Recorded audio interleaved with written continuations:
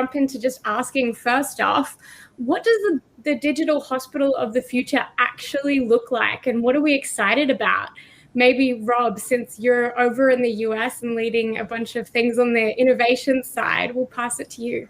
Yeah, I think it's an exciting time, and I think the video sort of laid it out well. And I think if we want to know what the sort of digital hospital of the future looks like, I think it's going to look vastly different than what it looks like today. I think the hospital is going to look like anywhere you are now. If we look at the backgrounds we are now, anywhere you have a phone, anywhere you have an internet connection, I think that's what a hospital is going to look like. And I think if we fast forward 10 years and look back to what a hospital looks like now, it won't quite be like looking at Blockbuster Video in 2011, but it'll be much closer to that than I think most health systems are kind of ready to admit now. For the price of the cost of one emergency department visit, right now we could fit out every single patient with medical devices and smart devices that can monitor for diabetes, asthma, atrial fibrillation, sort of mental health, and help them monitor and manage that in real time. I see a big increase in patient engagement and a real focus on that, particularly now that a lot of telehealth and other virtual services have really been rapidly stood up the last 12 months, that we're really going to have to improve the way we're engaging with patients before they come into the hospital, even during the hospital visit, and again post as well. And a real change in the way we look at using analytics, and particularly AI, and using some of those algorithms to help us pull in the people that we need to bring into the hospital and manage some of those that we can from the home. What we've seen over the last 12, 18 months is people actually do want to have their health care delivered differently, and will actually engage in that process better if they can actually do it in the way that they are familiar with and how they actually live the rest of their life. So the potential is massive.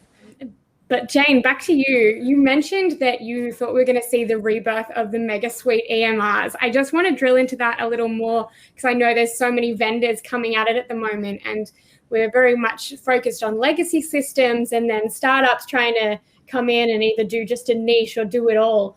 How do you see that playing out, or what do you think the future sort of is of EMRs, and how should that work? I think the future of EMR is beyond sort of the acute hospital record. And I think what COVID's really demonstrated, particularly for us here at Mater, is the value of actually having data through the whole patient journey, and really the value of being able to access that and not have to spend a lot of time trying to sticky tape databases and transform clinical terminologies, et cetera, to get good insights. So I think we're going to see more and more that EMR vendors and digital health vendors actually bring together multiple pieces that help us with our PREMS proms, with our community care, virtual care, patient engagement, and really being able to bring that all together into one view.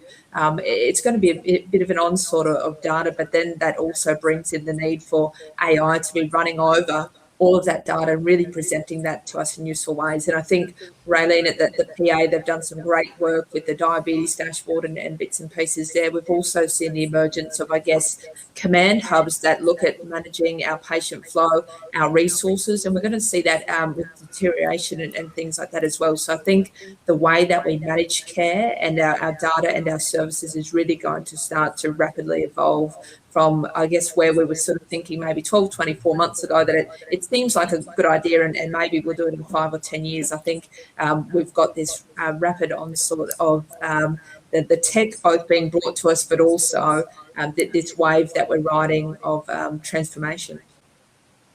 Interesting and very exciting. Finally, the wave has happened, and it doesn't seem to be slowing down, both from the traditional companies and the funding we're seeing funneled into the new innovations, which brings us to, I suppose, the more fun, or at least from my perspective, fun side of things.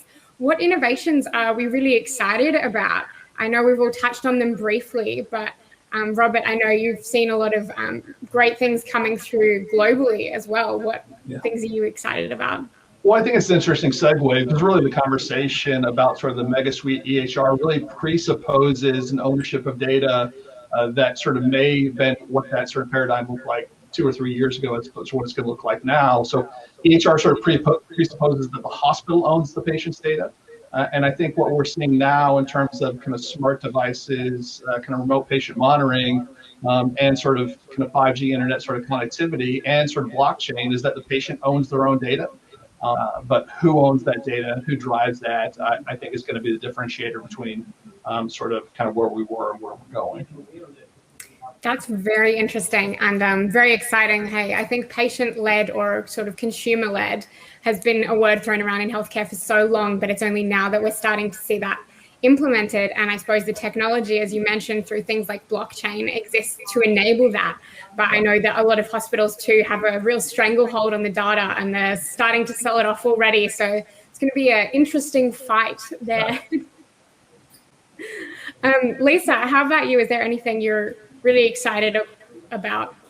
I think I'm looking more at the people perspective around IT, having a much more digitally enabled workforce. So we're still, while we're pushing out some amazing technologies, we really need to get our nursing, allied health and medical workforces on the same page as us and move away from it just being the tech nerds in the hospital sort of driving the initiatives to being clinician-led and, yes, like you said, patient-led. A lot, because at the end of the day, it's people-based, right? Both from the patient and physician or professional perspective. And to get that adoption is arguably one of, if not the hardest pieces of the puzzle, and also the key to making sure we do make use of resources, which is interesting. Jayne, how about you? I know you're very excited about some of the wearables and integrated solutions from outside the hospital as well. Yeah, I think we hear a lot about wearables in the home and the community, and I think very much we're going to see an explosion of wearables in the hospital. We're going to have to get used to the idea, as Rob sort of alluded to, of patients almost bringing their own data and expectation that we'll have access to their Apple Health data, and those kind of things, and really have strategies as to how we govern it and bring those into our systems. Also, the use of biosensor stickers, and the cheaper and the more available that they become, how can they be used more broadly on patients that maybe wouldn't have traditionally been monitored in the hospital? Just playing devil's advocate on that note, there's a lot of problems that we obviously have in terms of making these things a reality, and we've touched on a few, but how do you see the accessibility from equity and sort of affordability standpoint, things going forward from there?